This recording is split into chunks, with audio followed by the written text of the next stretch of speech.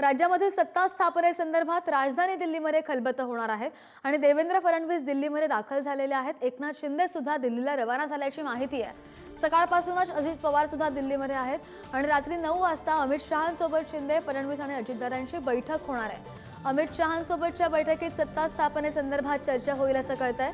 मुख्यमंत्री पदाच्या उमेदवाराच्या नावावर सुद्धा शिक्कामोर्तब होण्याची शक्यता वर्तवली जाते। हे 3 दृश्य आपण स्क्रीनवर पाहू शकतोय। शिंदे दिल्लीला रवाना झालेले आहेत, फडणवीस दिल्लीमध्ये दाखल झाल्याचं कळतंय आणि सकाळपासून अजितदादा सुद्धा दिल्लीमध्ये आहेत। एकनाथ शिंदेजी, मी, देवेंद्रजी आणि आमचे तिन्ही पक्षांचे काही प्रमुख सहकारी असं आम्हाला एकत्र बोलवलेलं आहे। आम्ही एकत्र चर्चा करू। मुख्यमंत्री आणि इतर 2 उपमुख्यमंत्री याबद्दलची सगळ्यांची साधक चर्चा होईल आणि त्या चर्चेमधनं बरंच काही अंतिम स्वरूप या सगळ्या गोष्टीला सरकार महाराष्ट्रामध्ये पुन्हा स्थापन करण्याच्या दृष्टिकोनातून। आणि या संदर्भात अधिकची माहिती घेऊयात आमचे प्रतिनिधी शिवाजी काळे आपल्या सोबत आहेत दिल्लीहून।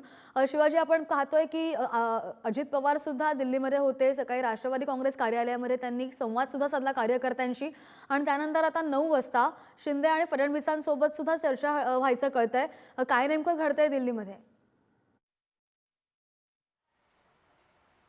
श्रद्धा, राजधानी दिल्लीमध्ये महाराष्ट्राच्या सत्तेचा सारीपाट आज रात्री मांडला जाणार आहे आणि यामध्ये सर्वात घडामोडी म्हणून जर आपण पाहिलं तर सुरुवातीला ज्या अजित पवार यांनी भाजपला मुख्यमंत्री पदासाठी पाठिंबा दिला त्यांनी पुन्हा एकदा बाजी मारत राजधानी दिल्लीमध्ये आलेले आहेत।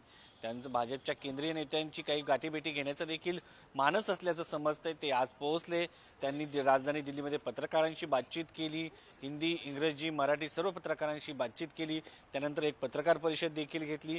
त्याच्या पाठोपाठ साधारण एक अर्धा तासापूर्वी राज्याचे माजी उपमुख्यमंत्री आणि भावी मुख्यमंत्री देवेंद्र फडणवीस हे राजधानी दिल्लीमध्ये दाखल झालेले आहेत। काही मिनिटांपूर्वी अशी माहिती मिळत होती की भाजपची एक बैठक राजधानी दिल्लीतील संसद भवनाच्या परिसरामध्ये होणार आहे। महाराष्ट्राच्या सत्ता स्थापनेच्या संदर्भात भाजपची महायुतीच्या बैठकीच्या अगोदर ही बैठक असणार आहे। साधारण कोणत्या पक्षाला किती खाती असतील, कोणते खाते देणं अपेक्षित आहे या संदर्भात ही सगळी बैठक अपेक्षित आहे आणि या बैठकीमध्ये राज्याचे माजी उपमुख्यमंत्री आणि भावी मुख्यमंत्री म्हणून ज्यांच्याकडे पाहिलं जाते ते देवेंद्र फडणवीस देखील पोहोचणार असल्याचं समजतंय। त्यानंतर जर पाहिलं तर राज्याचे काळजीवाहू मुख्यमंत्री देखील राजधानी दिल्लीकडे निघालेले आहेत। तीनही जे राज्याचे बडे नेते आहेत ते तीनही नेते थोड्याच वेळात दिल्लीमध्ये दाखल झालेले होतील आणि साधारण रात्री 10 वाजण्याच्या दरम्यान देशाचे केंद्रीय गृहमंत्री अमित शहा यांच्या कृष्ण मेनन मार्ग जवळ असलेल्या निवासस्थानी, सरकारी निवासस्थानी त्यांची एक बैठक होईल।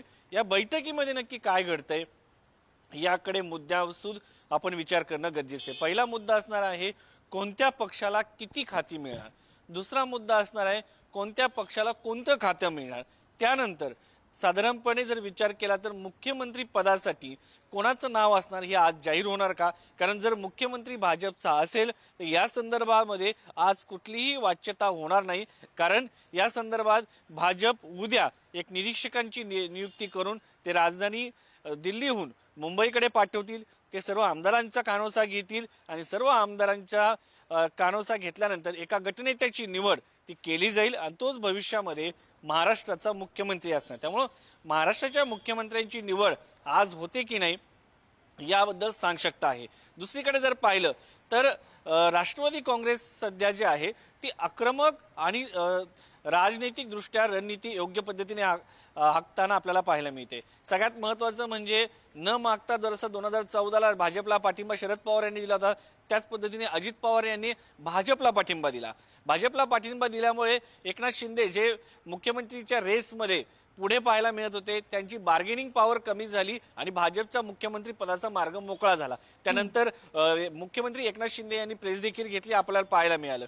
आता तेच अजित पवार यांच्या वतीनं जेव्हा मांडणी केली जाणार त्यानुसार ग्रामीण भागाशी निगडीत अशी इतर खाती आणि अर्थ खातं मागितलं जाण्याची शक्यता आहे। दुसरीकडे प्रफुल्ल पटेल यांच्यासाठी केंद्रामध्ये कॅबिनेट मंत्रीपद मागितलं जाणार आहे, कारण भाजपला सपोर्ट करण्याची भूमिका अजित पवार यांनी घेतलेली आहे आणि भाजपच्या केंद्रीय नेत्यांच्या गुडविलमध्ये जाण्याचा एक प्रयत्न अजित पवार यांच्याकडनं अगोदरच झालेला आहे।